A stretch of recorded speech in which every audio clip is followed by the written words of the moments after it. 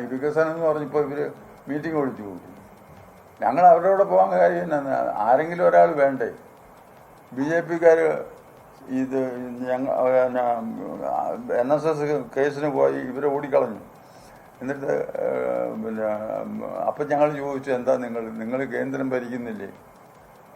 നിങ്ങൾ വിചാരിച്ചാൽ ഒരു നിയമ ഭേദഗതി കൊണ്ടുവന്ന് ഈ പ്രശ്നം, ശബരിമലയുടെ പ്രശ്നം അവസാനിപ്പിക്കരുത് എന്ന് ചോദിച്ചപ്പോൾ അവർ പറഞ്ഞതെന്നറിയാം, ഞങ്ങളത് ചെയ്യും. എന്താണ് ചെയ്തോ? ചെയ്തില്ല. വികസനം ഞങ്ങളിപ്പോൾ പ്ലെയിൻ ഇറക്കുമെന്ന് പറഞ്ഞു. അവിടെ കുറച്ച് കഴിഞ്ഞ് പറഞ്ഞു തീവണ്ടി ഇറക്കുമെന്ന് പറഞ്ഞു. എവിടെ തീവണ്ടിയും പ്ലെയിനും ഒക്കെ? ഇവരെന്തോ ചെയ്തു ആ ക്ഷേത്രത്തിന് വേണ്ടി? വടക്കേ ഇന്ത്യയിലുള്ള നദികൾ മുഴുവൻ ആളിനെ കാവലിട്ടിരിക്കുക, അത് വൃത്തികേടുണ്ടാകാതിരിക്കാൻ. വെള്ളമൊക്കെ ശുദ്ധി ചെയ്ത് വളരെ ഇതായിട്ട് ശ്രദ്ധിച്ചുകൊണ്ടിരിക്കുക, പരിശുദ്ധമാക്കിക്കൊണ്ടിരിക്കുക. നമ്മളിവിടുന്ന് അവിടെ പോകുന്ന ശബരിമലയിൽ ആ പരിപാവനമായ പമ്പാ നദി, അതിനകത്തൂടെ തീട്ടക്കണ്ടിയല്ലേ ഒഴുകുന്നത്. അതിൻ്റെ കീഴെ മുങ്ങിയച്ചല്ല ഈ അയ്യപ്പന്മാരവിടെ പോകുന്നത്. 10.5 വർഷമായല്ലോ കേന്ദ്രം ഭരിച്ചിട്ട്.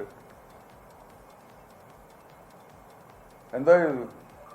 അപ്പോൾ ഇവർ എന്തെങ്കിലും ആട്ടെ, രാഷ്ട്രീയമാകട്ടെ, എന്താകട്ടെ, അങ്ങനെ ഒരു ശ്രമം നടത്തുന്നുണ്ടെങ്കിൽ നമ്മളും കൂടെ അതിനകത്ത് സഹകരിച്ചേക്കാന്ന്. എന്തോ കോളിളക്കമായിരുന്നു കൂടെ അവർ, ഭയങ്കര കോളിളക്കം. അതുകൊണ്ട് NSS-നെ അതിലൊന്നും പിന്മാറ്റാൻ പറ്റില്ല.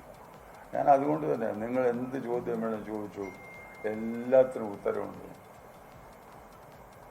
ഇവിടെ കഴിഞ്ഞ ദിവസം ഇവിടെ ഈ 10-20,000 നായന്മാരുണ്ടായിരുന്നു സമ്മേളനത്തിൽ, കേരളത്തിൻ്റെ വിവിധ ഭാഗങ്ങളിൽ നിന്ന് വന്നിട്ട്. ഞാൻ അവരോട് ചോദിച്ചു, ഇവിടുത്തെ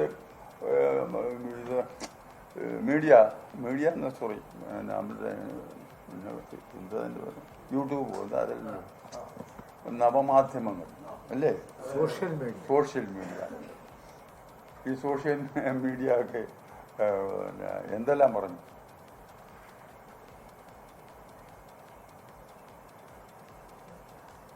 അതൊന്നും ഞങ്ങൾ മൈൻഡ് ചെയ്തിട്ടില്ല. അതുകൊണ്ട് അതൊന്നും എറിച്ചിട്ടുമില്ല ആർക്കും. ഞങ്ങൾ ആരോട് ഉന്നയിക്കും? വന്ന ഉടനെ ഇത് തന്നെ പറയുന്നത്. അത് കഴിഞ്ഞേ കാത്തു കൊടുക്കുള്ളൂ.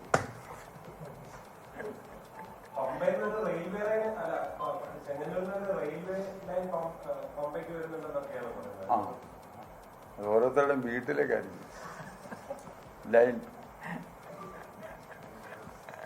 ഇതൊന്നും നടന്നില്ലല്ലോ സാറേ. നടന്നോ? അവർക്കിപ്പോൾ സർവാധികാരമില്ലേ? എന്താ ചെയ്യാഞ്ഞ്? ഞങ്ങൾ ഹിന്ദുവിൻ്റെ എല്ലാം പിന്നെ കുത്തക ഞങ്ങൾക്കാന്ന് പറയുന്നുണ്ട്. എന്തോ ഇത് ശബരിമലയ്ക്ക് വേണ്ടി? ഇവിടുത്തെ ഏറ്റവും പ്രധാനപ്പെട്ട ഒരു ക്ഷേത്രമല്ലേ.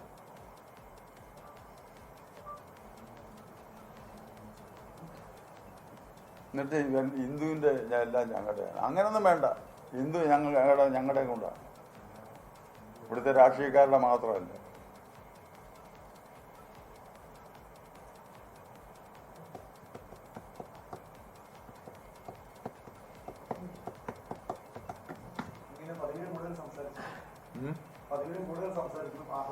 അല്ലാതെ ഇനിയുണ്ട് ഒരുപാട് സംസാരിക്കുക. നിങ്ങൾ ചോദിക്കാത്തതുകൊണ്ടല്ലേ. അതാ ഞാൻ പറഞ്ഞത്, നിങ്ങൾ എന്ത് സംശയം ഉണ്ടെങ്കിലും ചോദിച്ചു, ഞാൻ പറയാം. ഞാൻ ഈ 10-20,000 പേരുടെ മുമ്പ് വെച്ച് ഞാൻ ചോദിച്ചു. ഈ നവമാധ്യമങ്ങളിലൂടെയൊക്കെ നിങ്ങൾ ഒരുപാട് വായിക്കുന്നുണ്ടല്ലോ. എന്നെ അല്ല, NSS-നെ അല്ല, NSS നേതാക്കന്മാരെ അല്ല, എന്നെ വ്യക്തിപരമായി വ്യക്തിഹത്യ ചെയ്ത് എൻ്റെ കുടുംബക്കാരെ വരെ ആക്ഷേപിച്ച ഈ നവമാധ്യമങ്ങളോട് ഉൾപ്പെടുന്ന ആളുകൾ ഇവിടെ ഇരിപ്പുണ്ടായിരുന്നു.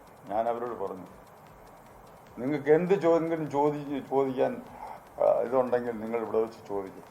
ഏത് ചോദ്യത്തിനും മറുപടി പറയും. അത് രാഷ്ട്രീയമാകട്ടെ, സംഘടനാപരമാകട്ടെ, വ്യക്തിപരമാകട്ടെ. ഒറ്റയൊരുത്തം വേണ്ടിയില്ല.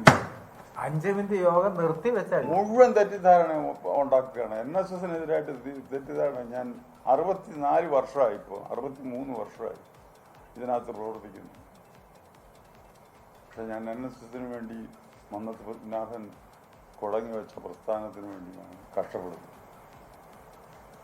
രാഷ്ട്രീയം പറഞ്ഞാലും എന്ത് പറഞ്ഞാലും എനിക്കൊന്നും അതിൽ സ്വാർത്ഥതയുണ്ടായിരിക്കുക. അതാണ് അതിനകത്തുള്ള പ്രധാന കാര്യം.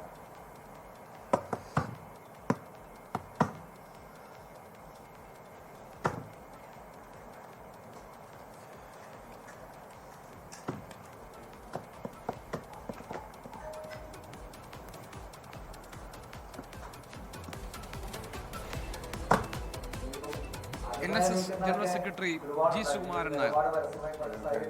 കുടിക്കാൻ എന്തിനാണ് അവിടുന്ന് കൊണ്ടുവരാം അത് ഇത് കൊണ്ടുവന്നാൽ മതി കേട്ടോ. ആ കുപ്പിക്കകത്തുള്ള ഇത് കൂൾ ഡ്രിങ്ക് ഇതുണ്ടല്ലോ ഫ്രൂട്ടിൻ്റെ പാക്കറ്റാണ്. ആ എന്തെങ്കിലും കേട്ടോ തണുപ്പ്. സതീശനെ ഇതിന് ചുമതലയിൽ മാറ്റിയാൽ തന്നെ കോൺഗ്രസ് രക്ഷപ്പെടും. എന്താ സതീശനെ ഇതിന് ചുമതലയിൽ മാറ്റിയാൽ തന്നെ കോൺഗ്രസ് UDF രക്ഷപ്പെടും. അല്ല, കോൺഗ്രസ് അനുഭവിച്ചുകൊണ്ടിരിക്കുകയല്ലേ. കോൺഗ്രസ് രക്ഷപ്പെടുമെന്ന് അവരല്ലേ നോക്കണ്ട, ഞാനാണോ പറയുന്നത്?